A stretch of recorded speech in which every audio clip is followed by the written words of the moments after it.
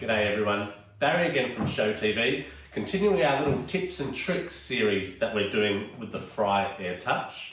Now, having had the original FryAir for about 5 years now, there's not much that I haven't cooked in here, but today we're going to try something together that I've never done. We're going to attempt to dehydrate our apples. We've got the perfect setting on the FryAir Touch for that, so let's have a go and see how it turns out. First things first, we're going to make a little water preparation for our apples to go in, just to stop them browning as we dehydrate. So first things first, I've just got about a cup of water and I want a similar amount of lemon juice. So I'm just juicing my lemons here. I've already got a few in there. I've probably used 5 or 6 lemons for that, so anywhere about there. It's not too much of an issue as long as we've just got a bit of water, a bit of lemon juice. And I'm also going to add to that mix just a few shakes of my cinnamon there and give that a little stir. So that's once we pick how we want our apples, that's where they're going to go in. Okay, so we've got our lemon and cinnamon water there. That's what we're going to soak the apples in. So for my apples, I've cored those, and then you don't have to, but I'm peeling them. Not only are they going to look really nice, but then I can utilise this peel for something else, whether I'm doing some candied apple peel or popping them in a drink, or even just for a bit of garnish with whatever you're cooking. So I like to try and go the one whole apple peel in one go. My Spartan peeler. So again, don't feel you have to do this, and being my first time, I'm going to try it this way, and I'll probably try it with the peel on to see how that comes out differently, but then you can utilise that for something else. So with our peeled apple there, I'm going to cut that into slices, as you can see I've done with the other ones here. And that's just under 1 centimetre thickness. Again, for me this is the first time, but just judging on them losing a little bit of size and the dehydrated apple you've had before, I think that's going to be about right.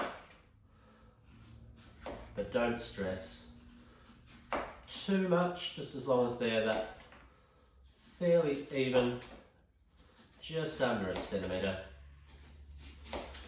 And then I'm just going to pop this in with the other apples and just give them, say, 10 minutes there. And all this lemon water is doing, again, this is something you don't have to do. You can pop them straight in to dehydrating there. But when we pop these in our lemon cinnamon water, not only give it a little bit of extra flavour, but it's going to prevent them from browning. Again, if they do brown, just having them straight in, that's not going to really change your flavour or ruin them in any way, but they'll look very nice if we can avoid that browning. And with that lemon and cinnamon, we'll get a little bit of extra flavour. So that's part 2. All right, so we've given our apple slices 10 or 15 minutes in that lemon and cinnamon water, and now all that remains is to get them going in our FryAir.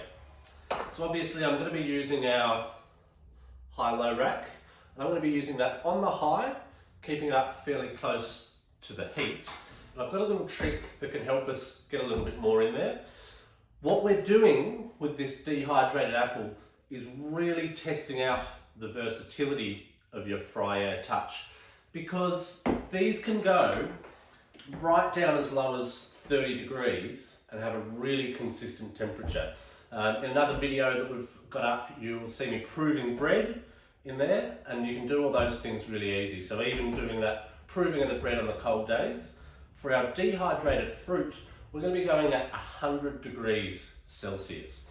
So that's lower generally than a traditional oven can keep consistently. So it really allows us to do those things, as well as the really high temperatures, do the things in your FryAir that you can't normally do without buying another specific unit for each individual thing. Now my little trick is that, as well as using that high rack, I'm going to take the lid off of my sandwich cage here. And I'm going to spin that upside down, and because it's got those 2 little handles on there, that will sit raised off the base of your FryAir, and allow me to use that little space as well. Cooking these or dehydrating these will take longer than most things doing there. So especially for something like this that is going to take longer, I'm going to really try and utilise as much space as I can so I can get the most out of having this going for a couple of hours. So all I'm going to do is lay these out, and I don't mind if I have a little bit of overlap, but I'll try and keep them spaced pretty well. Let's see how many I can sneak on there. Bear with me here as I go. I think we're going to get most of the apples that I've cut up in there. Again, I'm just trying to squeeze as many as I can on. Now, traditional dehydrating can take anywhere from sort of 4 to 8 hours. Again, this is my first time doing these in here, but I'm hoping we can sort of reduce that down to 3 or 4, just with how nice and enclosed they are in. So that's the lid of my sandwich cage sitting on the base, on the bottom of that there. So that's at about yay high, and then I'm going to use my traditional, probably our most common piece, the high-low rack, and pop that on top. No, that won't work.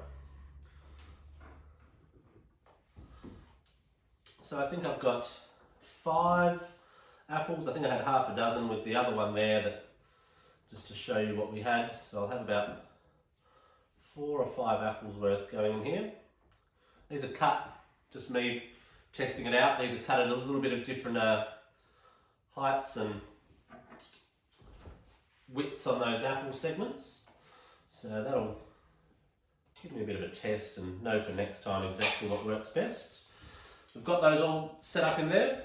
For now, again, you've got your little latch on the side. Make sure you press that to drop your lid down. Start stop button to turn it on.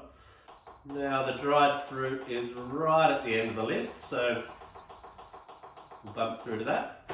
That's going to be set up for 100 degrees for 60 minutes with full fan on 3. Now, the FryAir is designed that you're never going to overcook your food like you can when the oven's left on. So it does have a maximum timer there of 60 minutes, just 1 hour. Again, this is probably going to take 3 is my estimate, maybe 4, depending on how you like them. So we will have to run that a couple of times. It has a nice clear buzzer when it's done. That bell will ring out. So every time you hear that, you can come back, have a little check how they're going. So we'll give that 3 hours, come back and have a look. I'll let you know exactly how long I've run it for when we do. That's our first hour set up. I'll run through a couple of those cycles. That's part 3 done, and then we'll see the result in a moment. Now, this is one of the real joys of using your FryAir Touch. Doing something like this for the first time. When we pop those in, I said, I think doing it the first time, we're probably looking at 2 to 3 hours, whereas normal dehydration is sort of 4 to 6 when they're going at the very low temperatures. But we've just run this on that dried fruit setting, 1 hour, 60 minutes at, 100 degrees, full fan. We just had a little look at them, expecting to pop them through for the second hour, and these are just about perfect. I'm honestly not going to run these for any more time whatsoever because I don't want to overdo them. Obviously the ones on the top layer here, hopefully I'm not going to burn my fingers, the ones on the top layer here, slightly more dry than the bottom ones, but they've all just come out absolutely beautifully. So there's our 2 little lots there, and hopefully I'll get one with a little bit of thickness that I can hopefully show you. It's just got that really nice little bit of sponginess there. They are absolutely delicious. The freshest of dried fruits that you'll ever get. Now, I don't know exactly. I'm going to assume because we're not using preservatives or anything like that, these, you're probably not going to keep them for as long as you would, excuse me, nibbling away. That's absolutely delicious. I imagine these aren't going to keep for as long as a bought dried apple that you get from the shop would. But I'm going to put them, we'll eat a couple now. I'm going to pop a few in a airtight container, and they'll keep for a couple of days, I'm sure. But they're just absolutely beautiful. Now you can do all sorts of dried fruits there. Now that these have come out so well, I'm going to try some other ones. I'll try some apricots, try some bananas. If you've got any good ideas, pop them down the bottom, share us some photos that you've got of your own, because that is just the most simple thing to do. I was pretty excited about these when I thought they were going to take 2 or 3 hours, but when I can pop them out in an hour and have dried fruit that good, that's certainly something that I'm adding to my repertoire. And when you've done them yourself at home, that's a pretty impressive little snack that you can show off to other people. Again, I used that 2-tier setup so that I could do a few more in one go. But when you're doing that in 1 hour, without having to watch, without having to pay attention, knowing that timer's going to turn itself off and you've got that there ready to go, I'll pop my airtight cap on those, and I've got some beautiful, fresh, dehydrated fruit done with absolute ease. Thanks so much for watching. Check out our other videos. Try some of those at home. Let us know how you go, and we'll catch you next time.